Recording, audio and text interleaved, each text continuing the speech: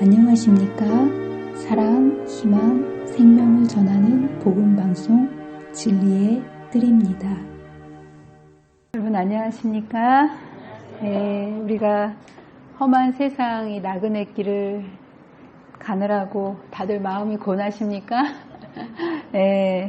여러분들 우리의 기쁨과 우리의 생명이신 예수님이 곁에 계시다라는 걸 잊지 마시고요. 매일매일 이 주님을 여러분의 마음속에 주인으로 모시게 되시는 저와 여러분이 되시기를 간절히 바랍니다. 날씨가 많이 덥죠. 진정한 여름이 온 것 같습니다.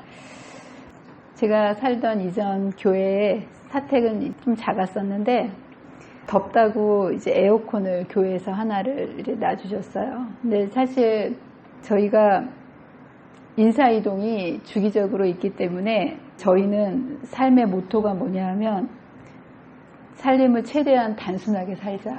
그래서 저희 집에 온 사람들이 한결같이 얘기하는 게 집이 참 깨끗하다고 얘기를 해요. 근데 제가 뭐 청소를 열심히 해서 깨끗한 게 아니고요. 어지러워 놓을 살림이 없어요. 그래서 집이 그냥 단순하니까 깨끗하고 사실 뭐 가구들도 이게 지나다니다 쓸만한 가구들 주워 갖고 쓴 거라서 사실 누가 가져가도 아까울 가구가 하나도 없어요.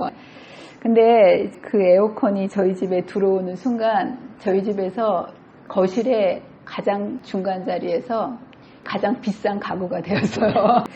근데 이제 사실 에어컨이 사택에 계속 여러 교회를 다녔지만 에어컨이 있는 사택을 저는 아직 살아보지를 못했었어요. 근데 이제 지난 사택이 너무 좁다고 그러시면서 이제 에어컨을 놔주시는 바람에 에어컨이 있는 사택을 제가 처음 살아본 거예요.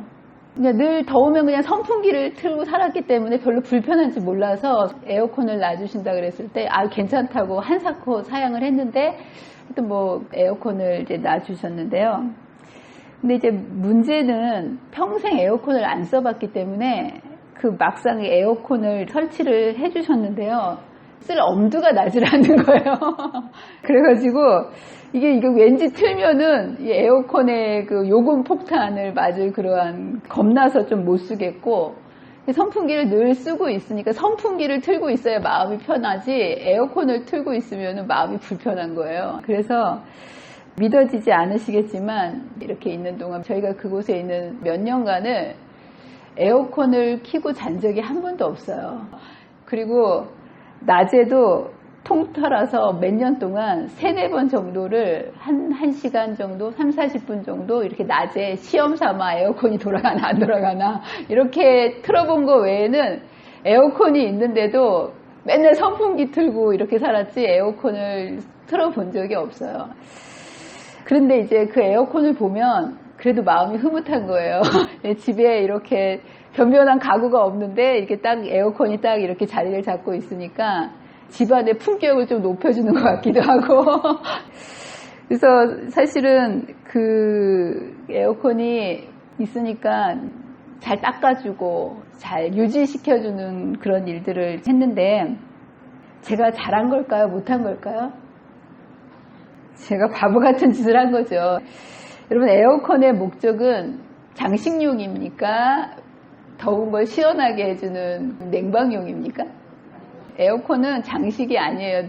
거실 멋있게 해주라고 있는 게 아니고 시원하게 해주라고 있는 건데 그것을 그저 폼나라고 이렇게 모셔두고 닦고 이렇게 잘 애지중지 가지고 있는 게 참 미련한 짓을 했구나라는 그런 이제 생각을 했습니다. 그래서 사람이 뭔가를 만들 때는요, 목적이 없이 만드는 게 하나도 없습니다. 여러분 돌아보세요. 여러분 주위에 있는 모든 것들, 사람이 만든 거라 할지라도 아무 목적 없이 그냥 만든 게 있습니까? 없습니까?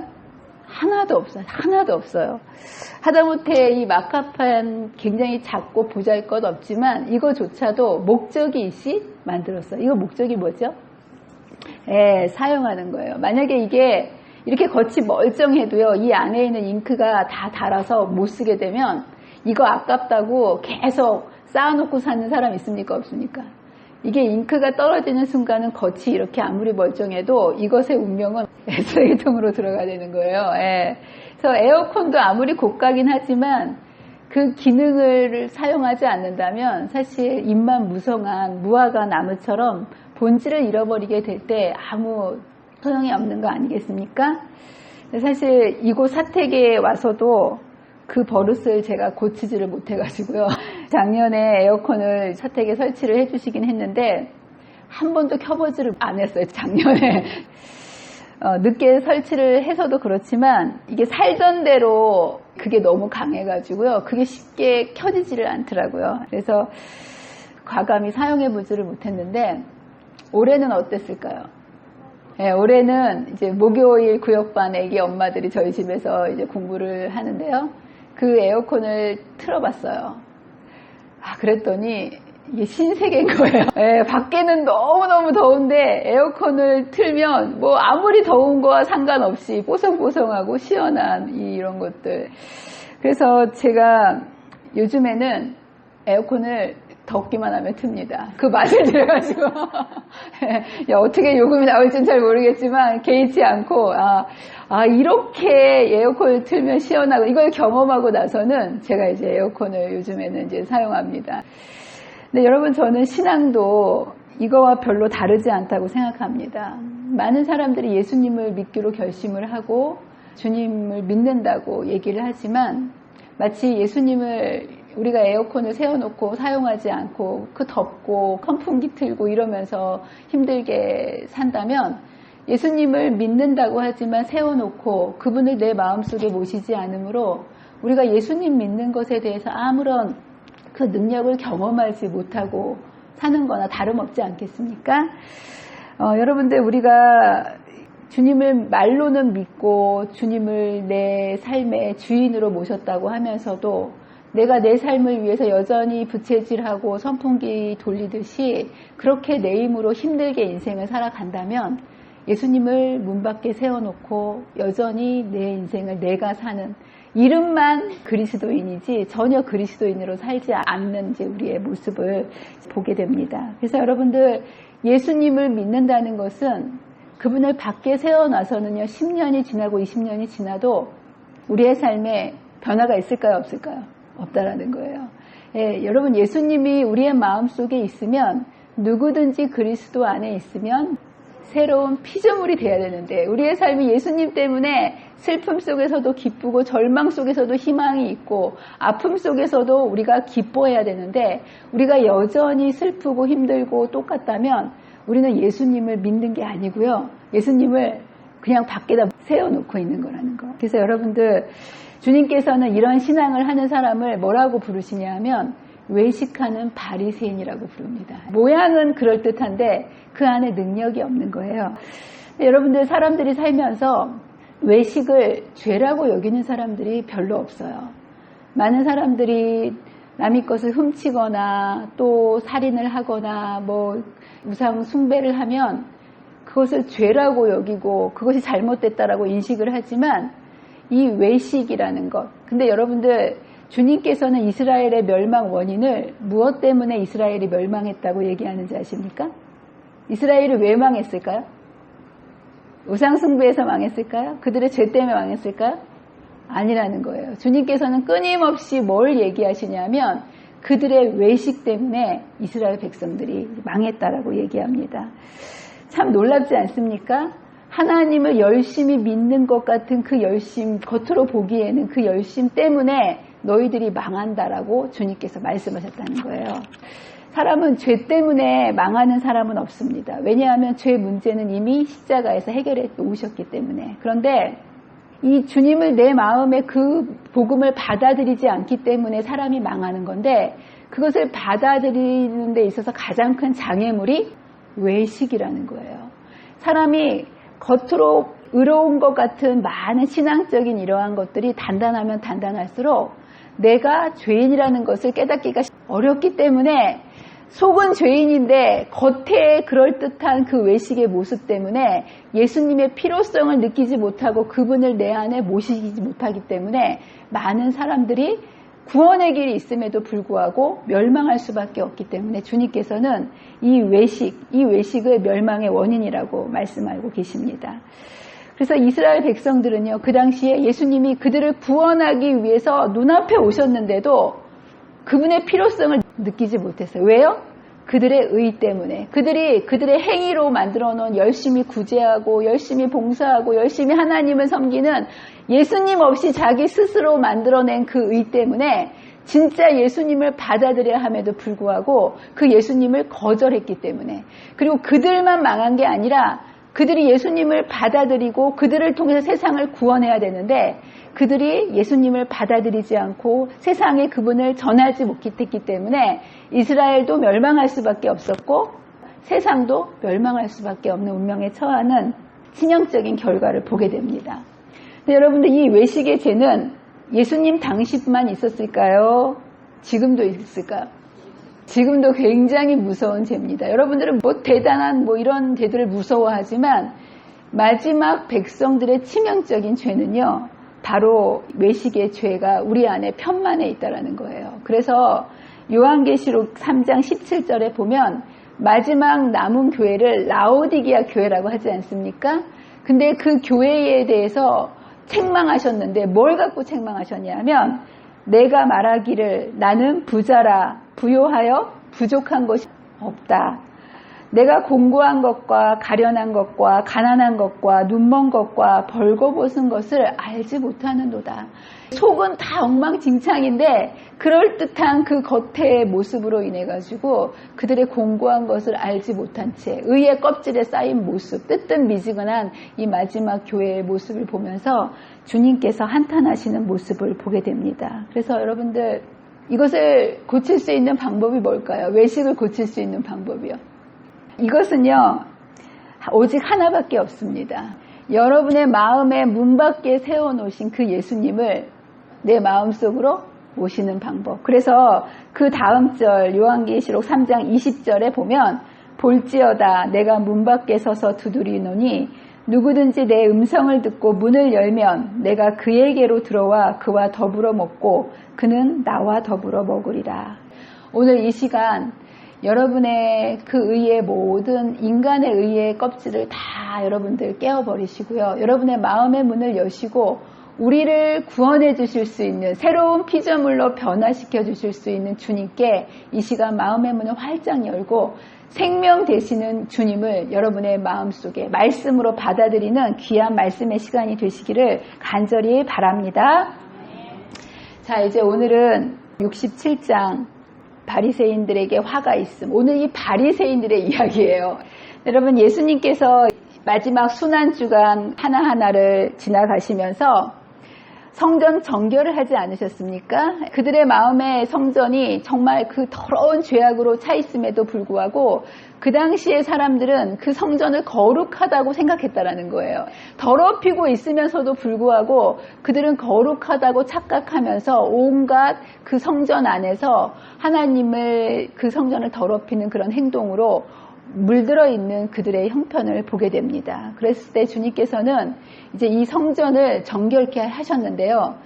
이 모습에 대해서 그 당시의 지도자들이 예수님께 여러 가지 질문을 통해서 예수님을 공경에 빠뜨리고 함정에 빠뜨림으로 인해서 예수님을 죽음에 처할 수 있는 그런 죄목을 만들고자 여러 가지 질문을 통해서 파도처럼 예수님을 넘어뜨리고자 논쟁을 벌였던 이야기 지난 시간에 하지 않았습니까? 그래서 네가 무슨 권위로 이런 일을 하느냐라고 얘기했을 때 여러 가지 비유를 통해서 그들의 형편을 알려주셨고요.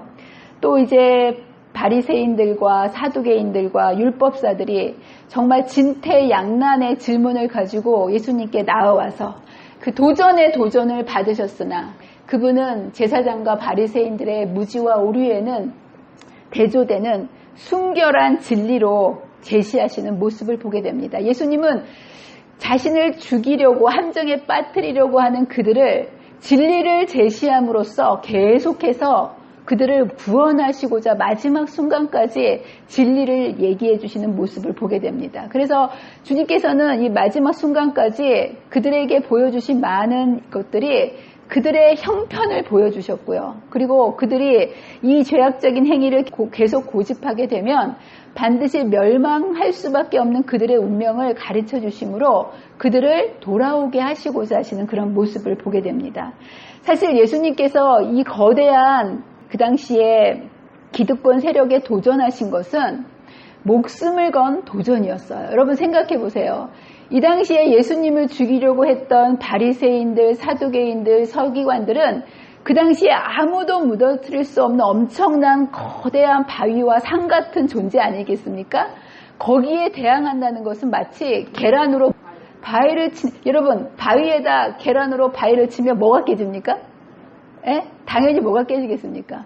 그 당시에 예수님의 존재는 초라한 30세에 그야말로 시골에 아무도 알아주지 않는 힘없는 그러한 초라한 청년이 그 당시에 경제, 정치, 종교적인 세력이었던 그 세력에 도전한다는 것은 정말 어마어마한 도전이었고요. 목숨을 걸지 않으면 도전할 수 없는 그런 도전이었다는 거예요. 근데 왜 예수님께서는 그런 무모함에도 불구하고 그 기득권 세력의 그 비리를 백성들 앞에서 폭로하셔야만 하셨을까요? 사실 이 예수님께서 목숨을 걸고 그들의 모습을 백성들 앞에서 보여주셨는데요. 그럴 수밖에 없었던 이유는 그 당시에 백성들이 오류에 깊이 빠져 있어서 오류를 통해서 길을 잃어버렸고요. 영원한 생명에서 멀어져 있는 그들의 모습을 보고 이들을 다시 진리로 자유케 해주실 분이 예수님밖에 없으셨기 때문이라는 거예요. 여러분 그 당시에 백성들은 이러한 상태였습니다. 그들은 그분의 가르침이 매우 쉽고 단순함에도 불구하고 그들이 이렇게 되어 있다는 거예요. 이제까지 유대의 백성들은 누구의 말에 따라서 그들의 삶을 따라서 살았을까요?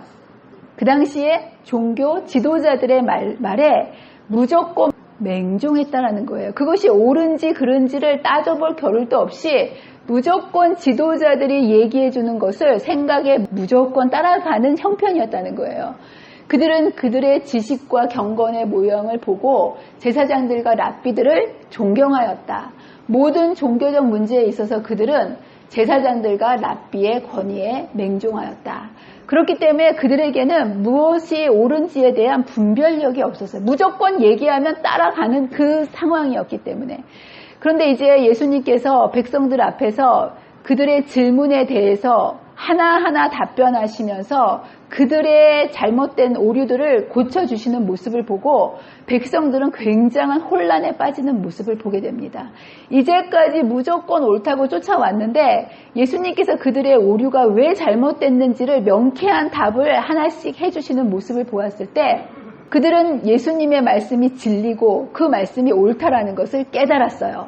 그들은 무식하였고 배우지 못했지만 편견 없이 예수님의 말씀을 받아들였을 때 그 말씀에 대해서 이것이 정말 하나님의 말씀이구나라는 것을 깨달았다는 거예요.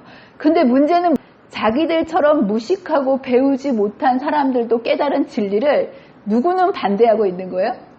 그 당시에 많이 배운 종교의 지도자들, 그들을 이제까지 가르쳐줬던 어마어마한 그 지식을 가졌던 종교 지도자들은 그 예수님의 말씀에 대해서 자신들이 보기에도 맞는 말씀을 그들이 거절하는 모습을 보고 이 백성들이 이렇게 생각합니다.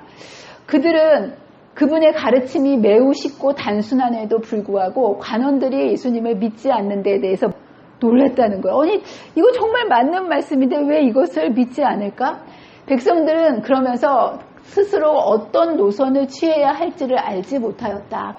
예수님의 말씀을 들으면 예수님 말씀이 정말 진리인 게 맞는데 또 지도자들이 받아들이지 않는 모습을 보면서 이들을 따라야 되는가? 갈팡질팡하면서 어쩔 줄 모르는 이들의 모습을 보면서 주님께서는 이들에게 자유를 주시기를 원하셨기 때문에 목숨을 걸고 그들의 비리를 폭로하시는 모습을 보게 됩니다. 유전에 대한 그들의 존경심과 타락한 제사장들에 대한 그들의 맹목적인 신앙을 통하여 백성들은 노예가 되었다라는 거예요. 이 사슬을 그리스도께서만이 끊으실 수 있으셨기 때문에 제사장들과 간원들과 바리새인들의 성격을 더욱더 충실히 폭로시켜야만 하시는 모습을 보게 됩니다. 여러분, 오류 속에서는 사람들이 자유를 누릴 수 있습니까?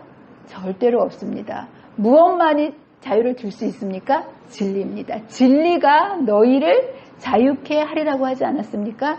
주님께서는 이렇게 오류의 노예가 되어서 맹목적으로 오류를 따라가고 있는 이 백성들을 진리의 길, 생명의 길로 인도하시기 위해서 이 바리새인들의 그 비리를, 지도자들의 비리를 사람들 앞에서 폭로하시는 모습을 보게 됩니다. 예수님께서 백성들에게 특별히 여러 계층의 사람들이 있었지만 예수님께서 특별히 지목하여 그들의 비리를 적나라하게 폭로하신 계층이 있습니다. 그게 누굴까요? 바리새인이라는 거예요. 여러분, 이 당시에는 여러 계층의 사람들이 있었습니다. 지난번에 들으셨죠? 유대인에게는 크게 두 계층이 있습니다. 사두개파가 있고 바리새파가 있고요. 또한 그 당시에 죄인이라고 생각했던 수많은 세리와 여러 가지 종류의 죄인들이 있었습니다. 근데 이 당시에 사람들이 생각하기에 가장 의인이고 존경받고 사람들에게 의롭다고 생각했던 사람들은 어떤 계층의 사람들이었을까요? 사람들의 인식 속에 의롭다라고 여겨졌던 계층의 사람들이 특별히 누구였을 것 같습니까? 바리새인이었다라는 거예요. 이 당시에는 이 바리새인들이 사람들에게 가장 존경받는 지도자들이었습니다. 물론 제사장들도 있었고 사두개인들도 있었는데 여러분 전에도 말씀드렸지만 제사장들과 사두개인들은 정치적으로 로마와 결탁이 되어 있었고 사실 그들은 이름만 제사장이었지 그 당시에 영적인 것들을 부인하는 사람들 아니었겠습니까? 그들은 천사도 부인했고요. 또 부활도 부인했고 영적인 존재 자체 눈에 보이는 것 외에는 인정하지 않았던 굉장히 세속적인 사람들이었기 때문에 그 당시의 사람들은 이 제사장들과 사두개파 사람들을 굉장히 세속적인 사람들로 젖혀놨던 사람들입니다. 근데 주님께서 이런 사람들을 책망하지 않고 또 그 당시에 사람들에게 미움을 받던 세리들을 책망하시지 않고 누구를 집중적으로 책망하셨다는 거예요? 바리새인. 이거는요, 그 당시에 사람들의 고정관념을 뒤엎는 생각이었다는 거예요. 그 당시에 사람들에게는 가장 의롭고 존경받을 사람들이 바리새인이었는데 주님께서는 이들에게 화 있을진저 외식하는 바리새인들이여 라고 얘기하시면서 집중적으로 그 당시에 존경받는 계층이었던 바리새인들을 지목하여 폭로하시는 모습을 보게 됩니다. 왜 예수님께서 바리새인들을 이렇게 지목해서 그들을 집중적으로 공격하셨을까요? 무엇 때문에 그러셨을까요? 그들의 겉과 속이 다른 모습을 보고 그렇게 하신 거예요. 그만큼 그 당시에 사두개파 사람들이나 세리나 이런 사람들은 속도 죄인이었지만 겉도 죄인이었어요. 그래서 그들은 자신들이 죄인이라는 것을 이미 알고 있었던 사람들이라는 거예요. 그런데 바리새인들은요, 여러분 인간은 죄인이 아닌 사람이 있습니까? 없습니까? 다 속이 죄인이에요. 근데 문제는 바리새인들은 겉을 의로운 행동, 외식으로 잘 포장을 해서 안에 있는 더러운 죄인이라는 것을 깨닫지 못하도록 그 당시에 구제와 금식과 기도로 기가 막히게 포장을 했기 때문에 자신도 자신을 의인이라고 생각했고 다른 사람들도 그들을 의인이라고 생각했기 때문에 그들 안에 있는 죄인이라는 것을 깨닫지 못하는 심각한, 주님 보시기에는 가장 심각한 죄인이 겉과 속이 같은 죄인이 아니라 겉과 속이 다른 바리새인들이 정말 심각한 죄인이었기 때문에 그들을 공격하시는 모습을 보게 됩니다. 여러분은 겉과 속이 같은 죄인입니까? 겉과 속이 다른 죄인입니까? 여러분 어디에 가까우세요? 나는 바리새인에 가까우세요? 사두개인에 가까우세요? 아니면 세리에 가까우세요? 오늘 자기 진단을 잘 하셔야 됩니다. 여러분들 이 사람들이 정말 하나님을 잘 믿는다고 공언했던 사람들 아니겠습니까? 근데 그들이 자신들이 죄인이라는 것을 인식하지 못함으로 살 길이 있었는데도 불구하고 죽을 수밖에 없는 그러한 불쌍한 운명이 될 수밖에 없었다라는 거예요. 그래서 주님께서는 이제 이 서기관과 바리새인들에 대해서 이제 탄핵을 하게 계시는데요. 사실 여러분들 바리새인들이 자신들이 이러한 죄를 짓고 있다는 것을 인식할 수 있었을까요? 없었을까요? 없었다라는 거예요. 자기가 죄인이고 자기가 뭐가 잘못된 것을 아는 사람은요 정말 희망이 있는 사람이에요. 근데 대부분의 사람들이 바리새인이면서도 자신이 바리새인인지를 모른다라는 거예요. 여러분들 솔직히 내가 바리새인인가? 내가 바리새인 같다고 생각하는 사람 여기 계십니까? 잘 보세요. 오늘 자기 진단을 하셔야 돼요. 여러분들 인터넷에 보면 우울증 환자들이요. 사실 우울증은 그렇게 심각한 병은 아닌데 많은 사람들이 우울증 때문에 고통을 당하지 않습니까? 의사를 찾아가서 잘 처방을 받고 잘 치료하면 잘 낫는 병인데요. 문제는 우울증 환자들이 자기가 우울증이라고 인식을 못하는 거예요. 그래서 여러분들 마음이 좀 우울하고 힘드시면요. 인터넷을 들어가 보셔서요. 우울증 자가진단 테스트를 여러분들이 한번 찾아보세요. 거기에 이렇게 리스트가 한 10개, 한 20개쯤 쭉 나와 있어요. 그래서 거기 보면 내가 무력하게 느끼는 때가 많다. 삶의 의미가 없어진다. 뭐 삶에 공허하게 느껴진다. 이런 여러 가지 이렇게 있거든요. 근데 그 중에서 3개가 동그라미 치면 우울증이라는 것을 깨닫고 의사를 찾아가야 되는 거예요. 마찬가지예요. 여러분들도 오늘 내가 바리새인인가 아닌가 바리새인 자가 진단을 테스트 하셔야 돼요. 그래서 거기에 하나라도 해상이 되시면 여러분들은 이제 내가 바리새인이기 때문에 어떻게 이것을 처방을 받아야 될지 이제 예수님을 찾아가셔야 됩니다. 내가 바리새인인지 아닌지를 진단할 수 있는 첫 번째는 뭐냐 하면요. 서기관과 바리새인인지 아닌지의 정의의 첫 번째는 뭐냐 하면 말과 행동이 불일치되면 이거는 두말할 것 없이 바리새인인 거예요. 네, 여기 이렇게 되어 있습니다. 그러므로 무엇이든지 그들이 말하는 바는 행하고 지키되 그들이 행위는 본받지 말라. 그들은 말만 하고 행하지 않는다라고 얘기합니다. 바리새인들은요, 많은 것들을 사람들에게 규칙들을 하라고 막 제안하고 만들어냈어요. 근데 생활 속에서 그것들을 실제로 자기들은 말은 했지만 지키지 않았다는 거예요. 여러분들도 말은 옳은 말을 할 수 있습니까? 네, 다 말을 하죠. 근데 그 말한 것을 내 삶에서 지키지 않는다면 나는 바리새인인 거예요. 어려울 때 우리가 어려운 일이 생기고 이러면 기도해야죠. 다른 사람한테 이렇게 말 잘하지 않습니까? 내가 근데 막상 어려운 일이 생겼는데 내가 기도하지 않는다면 그럼 나는 뭐인 거예요? 그 바리새인인 거예요. 이웃을 내 몸처럼 사랑해야지 이렇게 가르치지 않습니까? 교과식에도 가르치고. 그래서 내가 이웃을 말은 내 몸처럼 사랑해야지요 라고 하지만 내 삶 속에서 그것을 행하지 않고 있다면 나는 뭐인 거예요? 그럼 이제 바리새인 아닌 사람 있습니까? 없습니까? 내가 정말 어려움이 있을 때 기도해야 되지요 라고 말은 하지만 그 어려움이 있을 때 슬퍼하고 원망하고 그리고 절망 속에 빠진다면 내 모습이 만약 바리새인의 삶을 살아가고 있는 거라는 거예요. 말과 행동이 다르다면 그것을 성경은 바리새인이라고 얘기합니다. 두 번째 바리새인은요. 내 삶의 신앙이 남에게 보이려고 하는 다른 사람을 의식한다면 나는 뭐다? 바리새인이라는 거예요. 내가 사는데 다른 사람이 신경 쓰이면 바리새인이라는 거예요.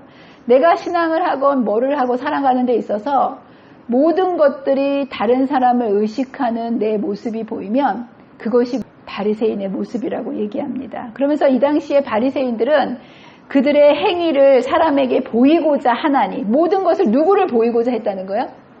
하나님 앞에서 사는 것이 아니라 사람에게 보이려고 했다는 거예요. 그래서 그들이 경건함을 보이기 위해서 옷자락을 넓게 넓히고 여기다 옷수를 달고 머리에다가 띠를 띄어가지고 그것을 통해서 말씀을 잊지 말라고 만들어주신 그런 것들을 사람들에게 보이기 위해서 과시용으로 신앙을 하나님 앞에서 한 것이 아니라 다른 사람에게 보이려고 하는 그러한 동기를 가지고 신앙을 했던 모습을 보고 주님은 이것을 외식하는 사람이다라고 이제 얘기하시는 모습을 보게 됩니다.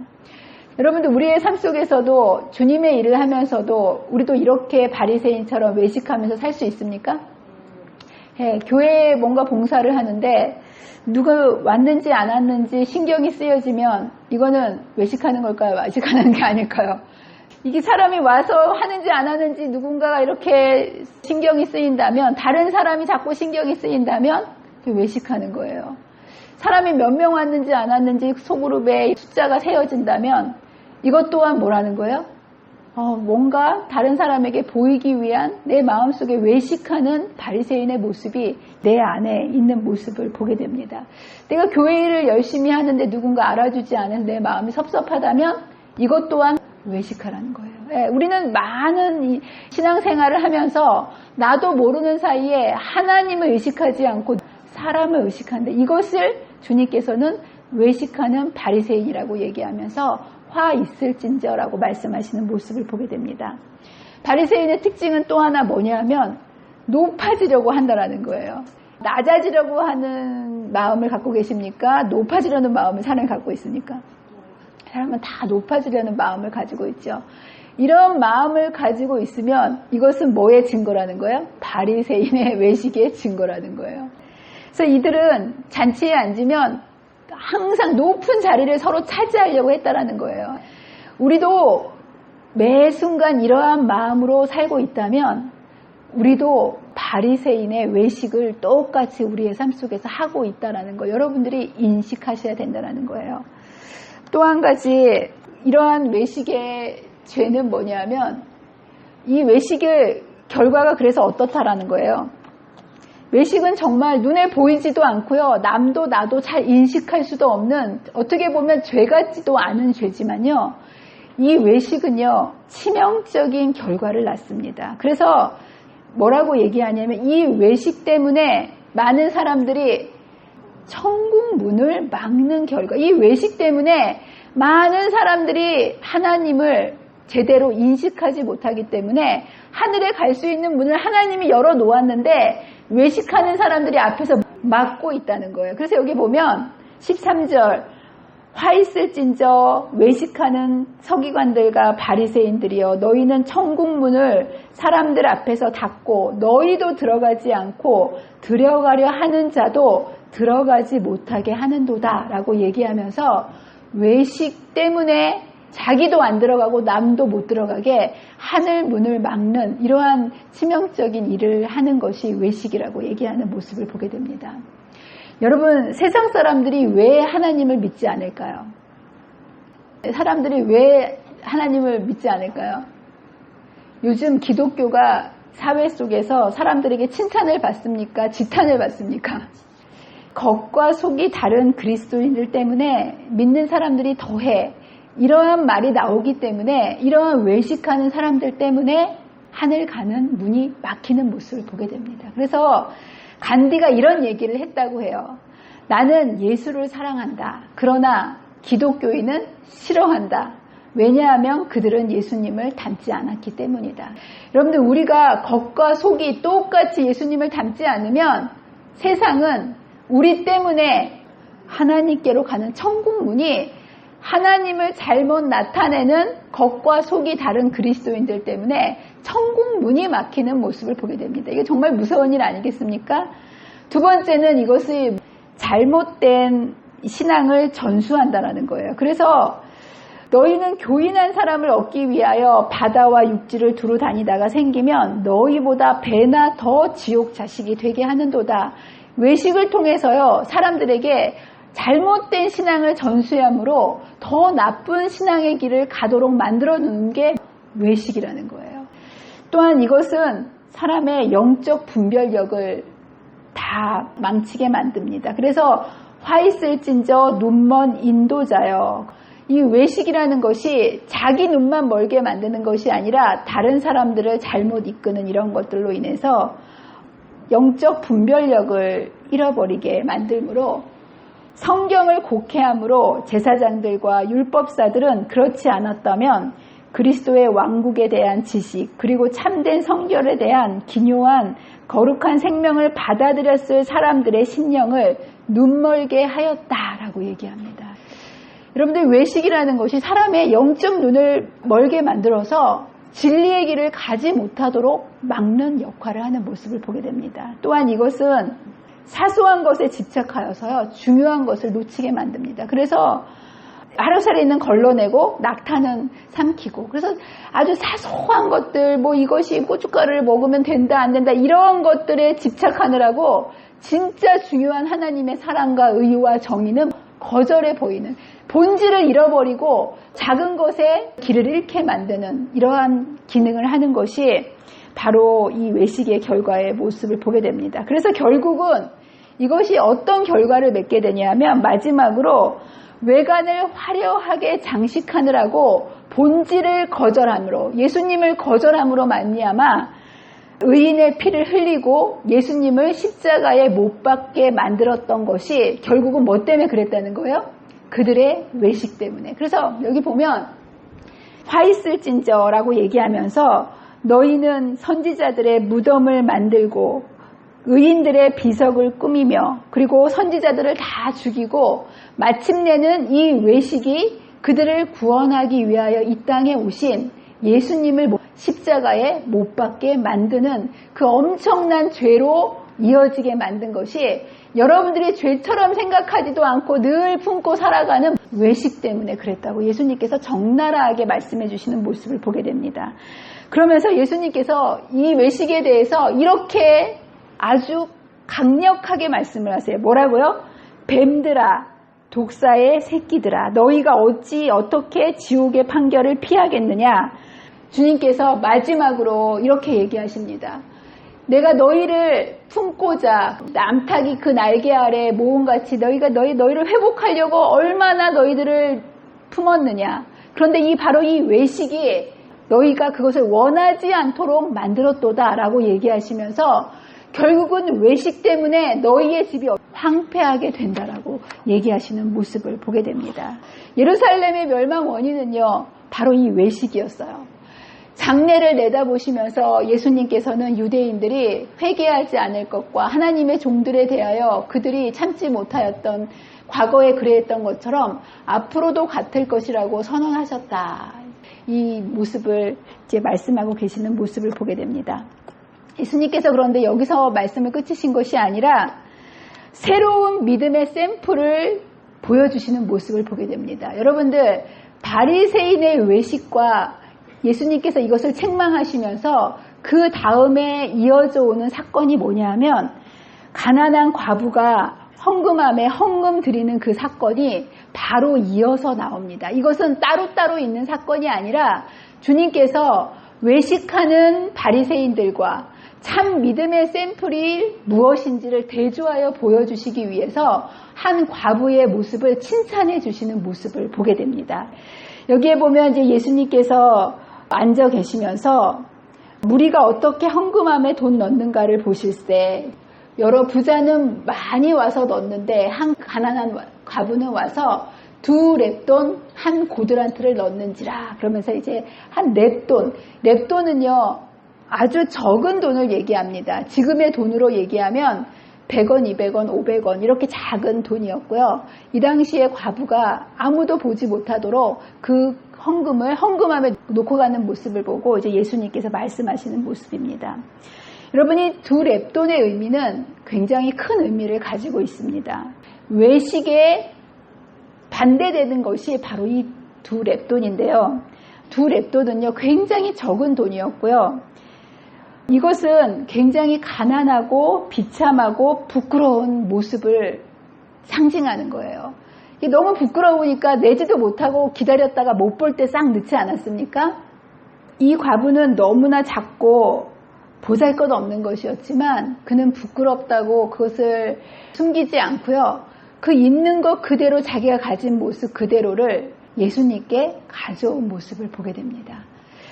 바리새인은 그냥 없으면서도 있는 척, 악하면서도 선한 척 했는데요. 이 과부는 그냥 자신의 부끄럽고 가난하고 보잘것없는 모습을 그대로 예수님께 가지고 온 모습을 보게 됩니다. 여러분, 예수님께서는 무엇을 좋아하실까요? 있는 그대로의 모습을 원하신다는 거예요.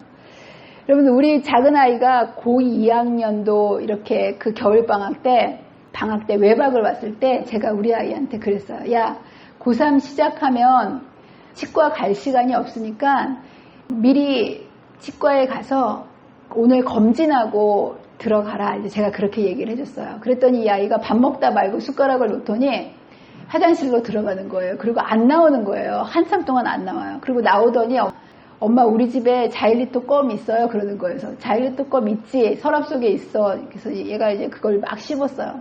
그리고 이제 병원에 갔다 오는데 제가 아침에 정신이 없어서 못 물어봤는데 오는 길에 궁금해서 물어봤어요. 야, 혜인아, 너 아까 화장실에 들어가서 오랫동안 뭐 했니? 그랬더니 얘가 그러는 거예요. 엄마 치과 가야 되니까 이빨을 2번 닦았어요. 그러는 거예요. 그리고 잘 보여야 되니까 이빨 2번 닦고 자일리토 껌을 잘 씹어가지고 치과에 가서 치과 의사 선생님한테 이빨을 보여주기 위해서 그렇게 이빨을 잘 닦고 갔다는 거예요. 여러분 잘한 거예요? 못한 거예요? 여러분 치과에 갔을 때는 이빨이 될 수 있으면 있는 모습 그대로 가서 어디가 잘못됐는지를 보여줘야만 제대로 진단이 되고 그 잘못된 모습이 그래 치료가 이루어지지 않겠습니까? 그것을 자기 스스로 뭔가 안 그런 척 괜찮은 척 막 포장을 해서 가면 제대로 고칠 수 있을까요? 없을까요? 없다라는 거예요. 여러분 예수님께 갈 때 나의 어떤 선한 모습을 가지고 가야 된다라고 여러분 생각하시면 그것은 큰 착각이라는 거예요. 주님께서는 우리의 모습 있는 그대로 죄된 모습 그대로를 가기를 원하신다는 예수님께서 이 땅에 오신 목적은요. 의인을 부르러 오신 것이 아니라 죄인을 부르러 온 것이고요. 우리가 예수님께 갈 때는 어떤 포장된 잘 외식의 모습으로 가는 것을 기뻐하시는 것이 아니라 있는 모습 그대로 가기를 원하신다는 거예요. 이 여인은요. 아주 있는 모습 그대로 가는 모습을 보게 됩니다. 그리고 이 여인은요. 그가 사람에게 보이려고 하지 않았어요. 바리새인들의 특징은 뭐냐 하면 그들의 모든 행동은 누구에게 보이려고 하는 거였어요? 사람에게 보이려고 했지만 그는 이것을 사람들의 시선을 의식했다면 그 자리에 가지도 않았을 거예요. 아, 자기도 먹고 살고 싶는데 무슨 자기 주제에 돈을 내나 이런 사람들의 눈치가 보였다면 그가 그 돈을 갖다가 낼 수 있었겠습니까?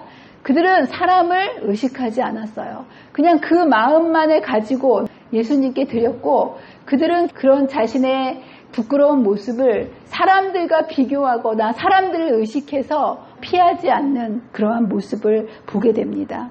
그리고 세 번째로 그는 자신의 모든 것을 누구한테 맡겼다는 거예요? 그는 다른 사람을 의식하지도 않았지만 자기 연민에 빠지지도 않았다라는 거예요.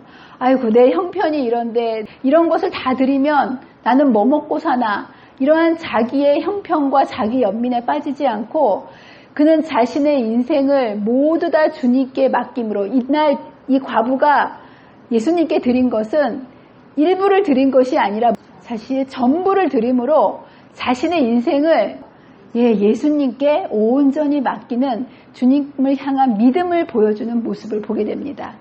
또한 그 여자는 그것이 비록 작았지만 사실 이 여자는요 본인이 도움을 받아야 될 입장에 있었던 사람이었어요. 그렇지 않겠습니까? 그런데 이 여인은 그것을 다른 사람을 구제하고 돕는 일에 주님께 바치는 모습을 보게 됩니다. 이 여자는 그것이 비록 적었을지라도 그가 사랑하는 사업을 위하여 어떤 일을 하고자 하였다라고 얘기하면서 바리새인들이 높고자 하는 위로 올라가고자 하는 그런 정신과 대비되게 남을 자기도 없지만 희생하고 섬기려고 하는 자신의 모든 것을 드리는 전혀 다른 모습으로 살아가는 모습을 보게 됩니다. 헌신의 결과로 많은 사람들의 마음속에 주님께서 기뻐하시는 믿음이 무엇인지에 대한 그 결과를 이 여인의 희생과 겸손과 있는 그대로의 모습으로 드리는 것을 통해서 많은 세대의 사람들에게 주님께서 원하시는 믿음이 무엇인지를 보여주는 놀라운 결과를 이제 보게 되는 모습을 보게 됩니다. 하나님께서 우리를 바라보시는 것은 외형을 바라보실까요? 우리들의 마음을 바라보실까요? 여기 분명히 이렇게 되어 있습니다.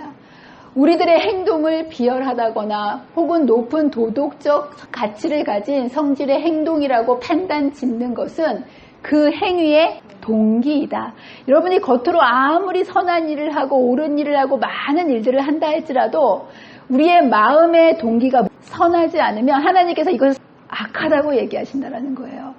바리새인들의 문제는요. 그들의 동기가 악했지만 겉만 포장된 모습으로 그들이 의를 행했기 때문에 주님께서는 그들을 책망하시는 모습을 보게 됩니다. 그래서 사람은 외형을 보거니와 하나님은 중심을 바라보신다는 사실을 잊지 말게 되시기를 바랍니다. 그러면서 여기 이렇게 얘기합니다. 모든 사람이 주목하고 찬양하는 큰 것이라고 해서 하나님께서도 그것을 귀중한 것이라고 간주하시는 것은 아니다. 하나님께서 귀중하다고 생각하시는 기준과 사람이 칭찬하는 기준이 다르다라는 거예요. 그래서 여러분이 그렇다면 신앙생활을 할 때 우리가 하나님의 기준에 맞춰야 되겠습니까? 사람의 기준에 맞춰야 되겠습니까? 하나님의 기준에 맞춰야 되지 않겠습니까? 여러분의 마음에서부터 선한 동기를 가지고 해야 되는데요. 사람의 악하고 이기적이고 교만한 마음은 아무리 선한 일을 한다 할지라도 이 마음을 가지고 선한 일을 할 수 있을까요? 없을까요? 없다라는 거예요. 이 마음을 변화시켜 주실 수 있는 분은 주님이시고요. 우리가 주님을 모셔드리지 않으면 우리의 마음의 동기에서부터 선한 일을 아무도 할 수 없다라는 거예요. 주님께서는 이 말씀을 해주시는 것을 보게 됩니다. 하나님께서 보시기에 가장 귀한 것은 믿음과 사랑에 있는 마음이 가장 값진 예물보다 하나님께는 더욱 귀중하다. 여러분들, 우리는 어린아이처럼 단순한 이러한 마음, 하나님께 대한 믿음과 사랑이 있는 이 마음, 이 당시에 사람들은 겉 외모만 그럴듯하게 입만 무성한 그런 삶을 살았지만 주님께서는 우리의 중심을 보시고 사랑과 믿음이 있는 그 마음을 주님께서 받으신다고 말씀하시는 모습을 보게 됩니다. 제가 이전에 있었던 한 교회에 그 당시에 5살짜리였는데요. 말을 정말 잘하는 여자아이가 있었어요. 근데 그 애는 말을 너무 탁월한 언변이 이렇게 달란트가 있어가지고요. 어른하고 얘기해도요, 5살짜리 애가요, 말이 통해요. 걔랑 얘기를 하면 너무 재밌어요. 근데 걔가 시간만 나면 저한테 와가지고 이것저것 막 이제 얘기를 하는데, 그 애가 하루는 이제 와가지고 또 이거 물어보고 막 저랑 얘기를 한참 했는데요. 얘기 끝에 저한테 이렇게 얘기하는 거예요. 사모님, 저요, 지금요, 사모님이 만든 빵이 먹고 싶어요. 그렇게 얘기를 하는 거예요. 여러분, 제가 만든 빵 먹어보신 분 계십니까? 그 빵이 뭐가 그렇게 맛있어요. 그냥 그 통밀 뭉쳐놓은 게 별로 맛도 없는데요. 이 애가 그러는 거예요. 저한테. 사모님, 저 사모님이 만든 그 빵이 너무 먹고 싶어요. 그러는 거예요. 근데 제가 그 얘기를 듣는 순간 제 마음이 참 기분이 좋은 거예요. 왜냐하면 얘가 내 빵의 진가를 알아주는구나. 정말 맛있는 빵도, 맛있는 빵도 많은데, 그 빵 사달라 그런 게 아니라, 제가 만든 빵이 맛있다는, 그걸 좀 먹고 싶다는 거예요. 그러면서, 제가 또 기뻤던 건 제 빵의 진가를 알아준 것도 기뻤지만, 이 애가 저한테, 우리 사모님이 내가 빵 달라고 하면, 빵을 줄 것이다. 얘가 나를 친구로 생각해 주는 것에 대해서 너무 기쁜 거예요.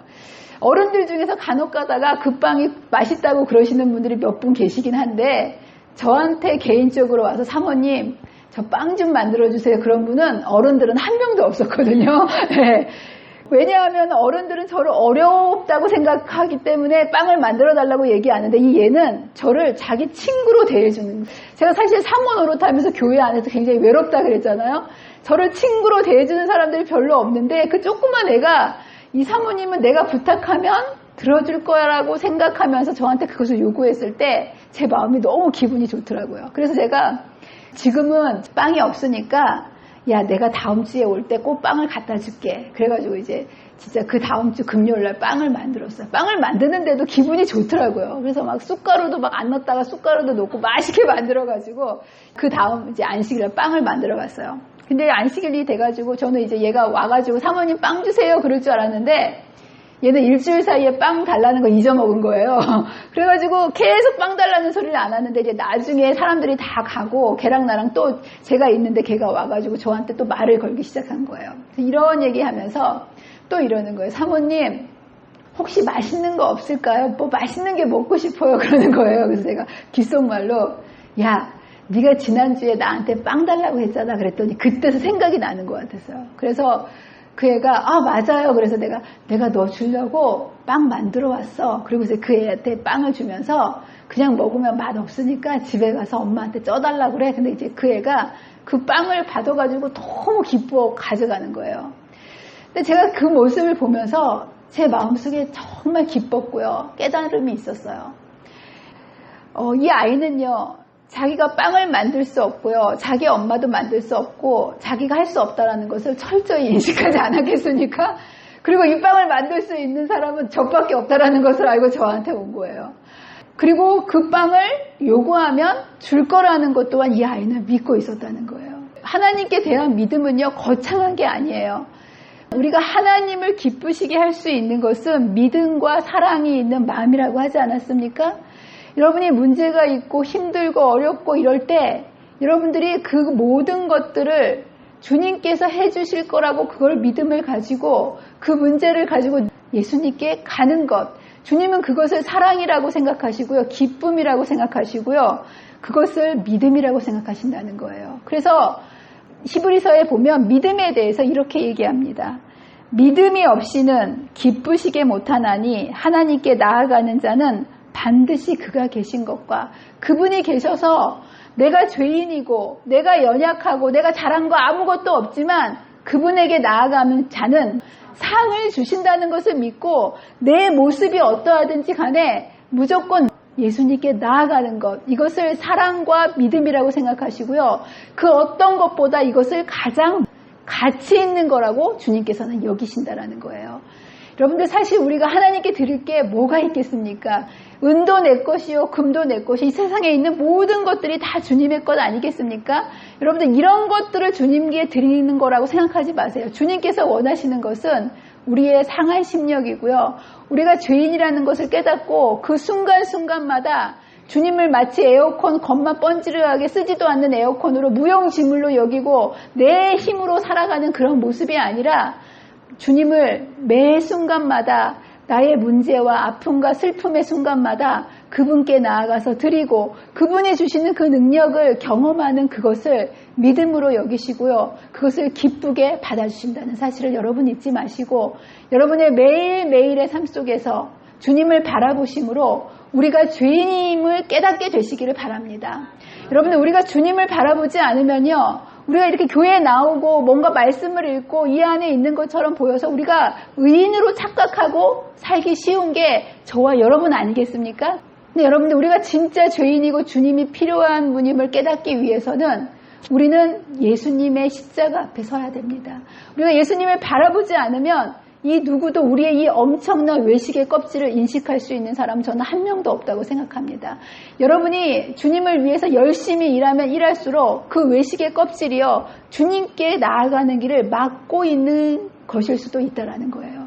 이러한 것들을 제대로 우리가 깨닫기 위해서 저와 여러분이 매일매일 주님의 십자가 앞에 서게 되시기를 간절히 바랍니다. 그리고 여러분의 문제가 느껴지고 삶의 어려움이 느껴질 때마다 그 순간이 예수님께 여러분의 모든 것을 드려야 되는 순간이라는 사실을 여러분 기억하시고 믿음을 가지고 여러분의 있는 모습 그대로 주님께 나아가 그분의 구원을 날마다 경험하시고 승리하게 되시는 저와 여러분이 되시기를 간절히 바라면서 말씀을 마치도록 하겠습니다. 기도하겠습니다. 감사하신 하나님 아버지, 오늘 이 저녁 우리가 이제까지 주님을 믿노라고 주님을 섬기노라고 외식의 껍질에 쌓여서 주님을 문 밖에 세워놓고 살아온 것도 알지 못한 채 주님을 믿어온 우리의 삶 속에 진정한 신앙이 무엇인지를 다시 한번 생각해 볼 수 있도록 도와주셔서 감사합니다. 주님, 우리가 우리의 모습이 보이지 않을 때 십자가 앞에 설 수 있게 해주시고 십자가를 통해서 철저한 죄인의 모습을 깨닫게 해주시고 그리고 이것을 해결해 주실 수 있는 유일한 분이신 예수님께 우리의 마음의 문을 열고 주님을 우리의 마음의 주인으로 받아들임으로 우리의 생명이 되시고 우리의 구원이 되시는 이 주님을 날마다 경험하고 감사하고 기쁘게 살아가는 믿음의 백성이 되도록 도와주시기를 사랑과 은혜가 많으신 예수님의 이름으로 간절히 기도합니다.